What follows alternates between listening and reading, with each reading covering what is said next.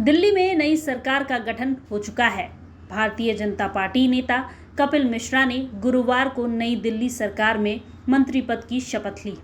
मुख्यमंत्री रेखा गुप्ता की अध्यक्षता वाली कैबिनेट में कपिल मिश्रा को कानून व न्याय मंत्री बनाया गया है। 44 साल के कपिल मिश्रा दिल्ली की राजनीति में एक बड़ा नाम है।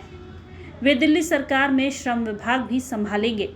कपिल मिश्रा पहले आम आदमी पार्टी के सदस्य थे, लेकिन 2019 में वे भारतीय जनता पार्टी में शामिल हो गए। अपने बेबाक बयानों के कारण चर्चा में रहने वाले मिश्रा को अब दिल्ली सरकार में मंत्री पद की जिम्मेदारी मिली है। 13 नवंबर 1980 को जन्मे मिश्रा ने पहली बार आम आदमी पार्टी के साथ राजनीति में अपनी पहचान बनाई थी। उन्होंने 2015 में करावल नगर से दिल्ली विधानसभा चुनाव लड़ा और आप उम्मीदवार के रूप में जीत हासिल की।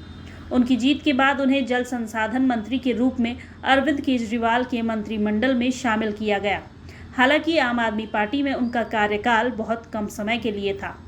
कपिल मिश्रा ने अपने राजनीतिक करियर की शुरुआत आम आदमी पार्टी से की थी और उन्होंने केजरीवाल सरकार में मंत्री के रूप में भी काम किया। हालांकि भ्रष्टाचार के आरोप लगने के बाद उन्हें पार्टी से निलंबित कर दिया गया था। इसके बाद उन्होंने बीजेपी का दामन थाम लिया।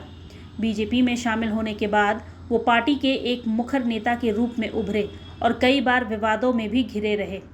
आप विधायक होने के बावजूद कपिल मिश्रा को अक्सर भाजपा नेताओं के साथ गठबंधन करते देखा गया। यहाँ तक कि सार्वजनिक कार्यक्रमों में उनके साथ मंच साझा करते हुए भी देखा गया।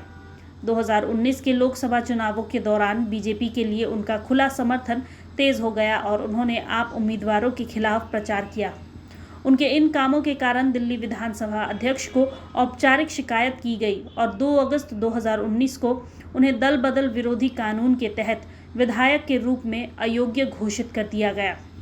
उनके निष्कासन के तुरंत बाद कपिल मिश्रा ने आधिकारिक तौर पर बीजेपी ज्वाइन कर ली और खुलेआम अरविंद केजरीवाल व उनकी सरकार की आलोचना करने लगे।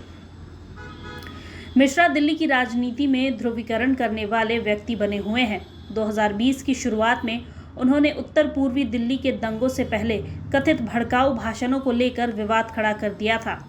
उनके बयानों की तीखी आलोचना हुई। कई लोगों ने उन पर हिंसा भड़काने का आरोप तक लगाया। शिकायतों में दावा किया गया कि उन्होंने भड़काऊ टिप्पणियां की और उस भीड़ का नेतृत्व किया जिसने मुस्लिम और दलित प्रदर्शनकारियों को निशाना बनाया। कपिल मिश्रा की कुल संपत्ति 1.06 करोड़ रुपए है। उन पर 48.57 लाख रुपए का कर्ज है। मायनेटा के मुताबिक 2023-24 में उनकी आय 7.05 लाख रुपए थी, जबकि 2022-23 में 5.15 लाख रुपए हो गए। उनके पास 1 लाख रुपए नगद हैं। उनके और उनकी पत्नी के संयुक्त बैंक खाते में कुल 3,53,700 रुपए जमा है। बॉन्ड, डिबेंचर और शेयरों में उनके निवेश का मूल्य 1,65,982 रुपए है। प्रभातखबर.com, विश्वास वही, रफ्तार नहीं।